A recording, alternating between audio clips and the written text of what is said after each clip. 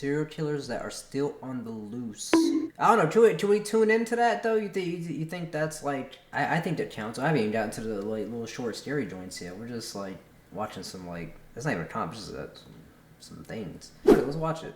Serial killers that are still Vending machine killer. On April 30th, 1985, a 45-year-old truck driver stopped near a vending machine in Fukuyama, Japan. He was exhausted from work and was looking for an energy drink to help him power through the rest of the day. When he approached the vending machine, however, he noticed something surprising. A bottle of Oranaminsi energy drink was already in the pickup tray. Thinking he'd lucked down on a free drink, the truck driver wasted no time chugging it down. What he didn't know was that this would be the last drink he would ever taste. Instead of the refreshing feeling he was looking for, he felt something horribly wrong with his body. A bitter, burning sensation quickly spread throughout his throat, followed by an intense wave of nausea. It wasn't long before he was lying on the road in excruciating pain.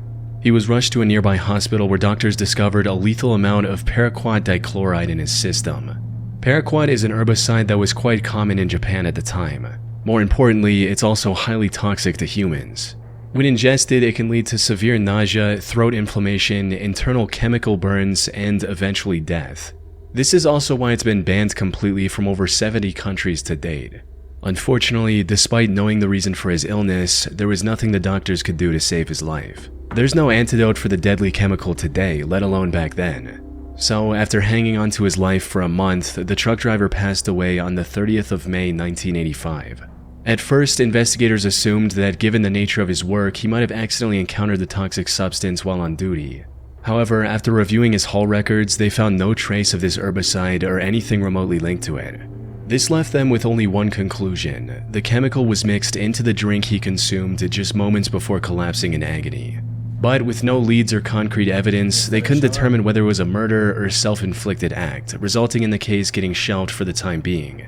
Now, while this might sound absurd today, you have to understand that paraquat was readily available in the country at the time. You didn't need any prescription or identification to purchase the chemical, leading to over 1,400 people using it as the poison of their choice in 1984 alone. In other words, the possibility of it being self-inflicted was just as high. However, just as the investigators were about to give up on this case completely, they received tragic news. Another person had fallen victim to the same poison after consuming Oranaminsi on the 5th of September. Then another 6 days later, and one more 2 weeks after that. By this point, it was clear that someone was deliberately poisoning vending machine drinks across Japan. This was the work of a deranged serial killer. Unfortunately, this supposed killer was also extremely thorough. He didn't leave any fingerprint or DNA evidence on the drinks he tampered with, and only targeted vending machines with no CCTV cameras nearby. As for why his victims willingly drank the unknowingly poisoned drinks he left behind, that had to do with the buy one get one free promotion Oranaminsi was running around the time to entice younger consumers. However, since some people only wanted the one drink, they often left the second free drink near the vending machine as a gift for the next person. This was common enough that people didn't find the laced drinks suspicious and drank them without a second thought. Sadly, this method was terribly effective. By the end of the year, this mysterious vending machine killer had claimed the lives of 12 victims and had severely injured 35 more. But as I mentioned earlier, this killer was a master of hiding his tracks. He operated all across western and central Japan, as well as Tokyo, making it near impossible for investigators to pinpoint his location. The lack of evidence also made it difficult to figure out his motive. Some speculated that he was doing all this to extort money from Otsuka Pharmaceutical, the company that made Oranaminsi. This is because in 1984, a group called the Mystery Men with 21 Faces threatened to poison food products unless the companies paid them money. So some believed that the vending machine killer was a copycat and wanted something similar. However, this theory didn't last very long because Otsuka Pharmaceutical didn't receive any demands or extortion letters from the perpetrator. Additionally, the killer also began using other drinks, like the drink Real Gold and even Coca-Cola. Hiroaki Iwao, a Tokyo professor of criminal sociology, proposed a more disturbing theory regarding the killer's motives. He stated, "It is not uncommon for Japanese who live under tremendous pressure, both on the job and in overcrowded communities, to let out their frustrations by hurting someone else. The person responsible may even wait around to see who buys the poisoned drink. He or she may find this is a kind of exhilarating release from the tensions of life in Japan." But even if this was the truth, it still didn't bring investigators any closer to catching the suspect. Left with no other options, the authorities turned to the public and launched a nationwide campaign on the 27th of September. They placed signs and distributed leaflets telling people to avoid suspicious free drinks and to properly inspect the cap seals on their beverages before consumption. They also instructed vending machine owners to investigate their stock for any anomalies and told chemical shops to monitor their customers more closely. It's unclear how effective this campaign was, as the number of victims kept increasing even after its launch. But then something unexpected happened. On the 17th of November, the murder spree stopped completely after the death of a 17-year-old girl. She was the only female to have died from the poisoning. It's possible that the person who committed these atrocities had a moral code against harming women, though that's nothing more than a baseless speculation. Due to the complete lack of evidence, the vending machine killer was never identified, cementing this case as one of the most chilling, unsolved mysteries in Japanese history. Little Rock serial stabber. On April 11, 2021, the Little Rock Police Department received a distress call from South Pulaski Street regarding a potential homicide. When they arrived at the scene, they found a middle-aged woman lying on the street with stab wounds all over her body. This woman turned out to be 41-year-old Deborah Walker. She was homeless at the time and was living on the streets when this incident happened. She was quickly taken to the hospital where medical staff discovered that she had been stabbed at least 15 times. Despite lying on the street, bleeding for what may have been hours, she miraculously survived and managed to regain consciousness the same day. Investigators also visited her in the hospital to gather any information she could provide about her attacker. Unfortunately, she was attacked somewhere between 1 and 4 a.m. It was still dark outside, and all that she saw was that her attacker was a tall, African-American male with a slender build.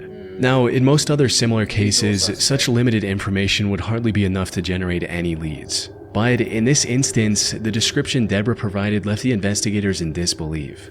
That's because her attacker's profile closely matched the perpetrator of another incident that took place about 8 months earlier in the surrounding area. The victim of that incident was 64-year-old Larry Eugene McChristian. He was living in Little Rock with his daughter Sarah, who was on probation at the time.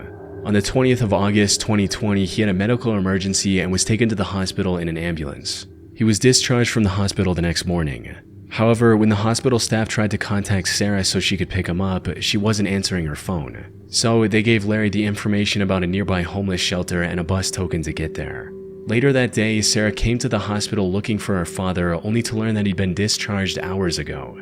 She then reached out to the homeless facility Larry was told about, but they didn't know anything about his whereabouts either. The only option she had was to file a missing persons report and wait for the police to find Larry.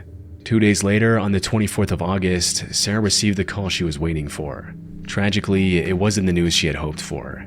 According to the official report, the Little Rock Police Department found Larry's body on South Gaines Street at around 2 a.m. They identified him by the hospital discharge papers he had on him. More importantly, he had multiple stab wounds on his body and was unfortunately already dead by the time the police arrived. His death was declared a homicide, and the investigators began looking for clues almost immediately. This proved quite impossible at first, since there were no witnesses and there wasn't anything that could be used as evidence at the crime scene. However, after inspecting the surrounding houses, they had a major breakthrough. The CCTV camera outside a nearby house had captured the suspect walking down the street when suddenly he spots Larry and begins walking towards him. After committing the crime, he tries leaving the area, only to stop, go back, and stab Larry one last time before fleeing. As mentioned earlier, this man matched the profile Deborah gave to the police, leading investigators to believe she was attacked by the same person. While looking into older cases, they also connected the same killer to another murder that happened in the area on September 23, 2020. The victim of this incident was 62-year-old Jeff Welch, another homeless man who was living in an abandoned home. On the morning of that day, Jeff's friend found him on the porch of his house with a stab wound on his neck. By this point, the investigators knew they were dealing with a deranged serial killer. However, just as they uncovered the connection between the three attacks, another tragedy unfolded. On April 12, 2023, a day after the attack on Deborah Walker, another one of his victims was found on the Wright Avenue overpass. The only thing in common with these 4 attacks was that they all involved homeless individuals, and they all happened between 1 and 4 a.m. There seemed to be no clear pattern on how the perpetrator selected his targets. This left the Little Rock community terrified to leave their homes, fearing they might become the next victim of the serial killer on the loose. After realizing the potential danger of the situation, LRPD began spreading awareness about the man who is now being referred to as the Little Rock Slasher. They also turned to the public to ask for any information they could provide on the matter, and even announced a $20,000 reward. We also need your help. If you have seen anything suspicious or have surveillance cameras on your homes or businesses in this area, please contact us at 501. Unfortunately, despite having CCTV footage of the suspect, the Little Rock slasher was never caught. The case remains a mystery to this day. Or at least that's what the official reports say. While researching this case, I came across an Arkansas-based blog called the Snarky Media Report. The authors of this blog did their own investigation into the slasher case, and what they found was shocking to say the least. Put simply, they claim to have found the true identity of the killer after talking to multiple locals and Deborah, who, according to their blog, already knew the identity of her attacker. They also uncovered many details about this supposed killer, including his criminal record, which reveals that he has already served 2 prison terms in Arkansas for felony convictions of domestic violence. Also, his history with drug abuse and how it made him very agitated and violent. The authors of this blog also claim to have contacted the alleged killer's previous landlord, who gave them this image of the perpetrator. Which begs the question, if they know so much about the slasher, including his legal name, why didn't they give this info to the police? That's where the case goes from creepy to bizarre, since, according to them, they've already given everything they had to the relevant authorities. Despite this, the Little Rock police didn't make any progression in catching the serial killer. Snarky Media also published a video of the Little Rock mayor and police chief refusing to answer questions about the case. This seems to hint at something incredibly shady going on behind the scenes. That said, there's no way for me to confirm if the authors of the Snarky Media blog are telling the truth. For all we know, their whole investigation is made up, and this is just some random guy who has nothing to do with the 4 attacks, and it's all a ploy to make the Little Rock Police Department look bad. Most of the information they've gathered seems to check out with what's released publicly by the authorities. The only discrepancy in their investigation is the age of the suspect. Officials believe the slasher to be young, possibly in his 20s, but the authors of this blog state that the person they found was 46 years old. Unfortunately, this is where the leads end. Whether Snarky Media is telling the truth or not remains uncertain. What is certain, however, is that the case remains unsolved to this day. The Little Rock slasher is likely still out there and can continue his murder spree at any moment. 1997, 21-year-old Patrick McNeil went out with his friends. He spent the evening out drinking with his friends in the Dapper Dog Bar in Manhattan. During this time, he likely drank more than he could handle, resulting in him throwing up in the bar's bathroom before leaving in a highly unstable and disoriented state. Patrick was then seen turning left onto 90th Street, heading in the direction of the East River. This was the last time anyone would see Patrick alive. Following this night out, Patrick vanished into thin air. Despite extensive efforts, authorities found no leads or clues to his whereabouts. That is until April 7, 1997, when Patrick's lifeless body was found in the East River 50 days after his disappearance. Duty Sergeant of the NYPD's Special Investigation Division, Kevin Gannon, was called to the scene to assist with the body's recovery and examination. Kevin had been a seasoned detective for years, and by this point there was little that could surprise him. However, the circumstances surrounding Patrick's death disturbed him to his core. The more he looked into it, the more strange the situation became. For instance, Kevin noted that Patrick's body wasn't decomposed enough to have been floating in the river for a week, let alone the past 50 days. He also found burn marks on Patrick's body, hinting at the possibility of him being restrained prior to his death. Kevin knew that something wasn't right. Unfortunately, due to the complete lack of evidence pointing to the contrary, Patrick's death was ruled as an accident. Kevin kept thinking over this feeling for the next year before coming across a case that reinforced his suspicions even further. On February 13, 1998, another body was found in the same stretch of water. This body was later identified as 22-year-old Lawrence R. Andrews, who had gone missing on New Year's Eve after celebrating the event with his friends in Times Square. After getting on the case, it didn't take long for Kevin to notice eerie similarities between the two cases, as both bodies were found within yards of each other. Both of them were also young Caucasian males and were on track to have successful careers. They both disappeared in one of the most crowded cities in the world without any trace as well.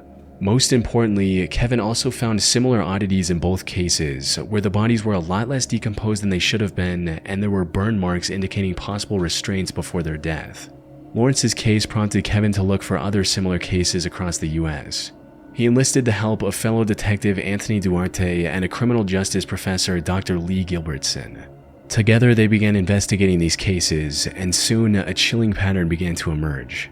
In total, they found 45 different instances of young men dying under shockingly similar circumstances as Patrick and Lawrence.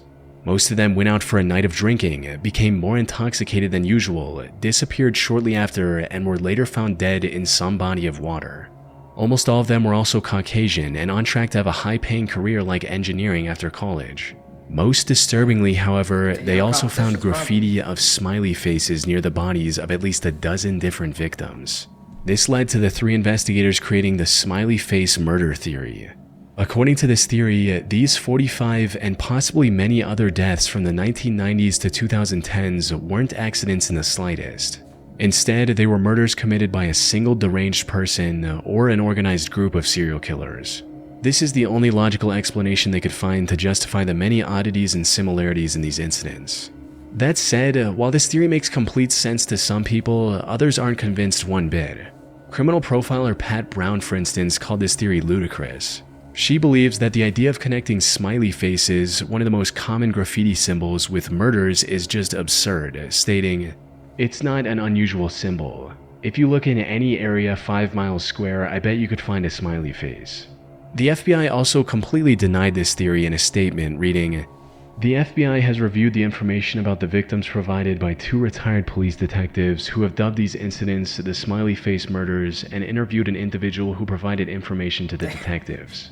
To date, we have not developed any evidence to support links between these tragic deaths or any evidence substantiating the theory that these deaths are the work of a serial killer or killers. The vast majority of these instances appear to be alcohol-related drownings." However, despite these setbacks, the 3 men have stuck with their theory. They're still working on finding evidence to back their observations. That said, if their hunch is correct, it would mean one of the most wicked serial killers in American history is still at large today. I-70 killer. Robin Fuldauer was a 26-year-old Indiana University graduate who was working at an Indianapolis Payless shoe source store near I-70 in 1992. The 8th of April was supposed to be her day off. However, just as she was getting ready to relax at home, the employee who was supposed to man the counter called in sick. Left with no other options, her manager called Robin and told her to cover the shift instead. Robin wasn't very happy about this emergency shift change, but she reluctantly agreed, arriving at the store at 10 a.m. and starting her shift as usual. Unfortunately, her day was about to get a whole lot worse. Everything seemed normal until 2 p.m. when the manager called the store for a routine check. To her surprise, Robin wasn't picking up the phone. She kept trying for a few minutes before giving up and calling the Speedway gas station neighboring the shoe store.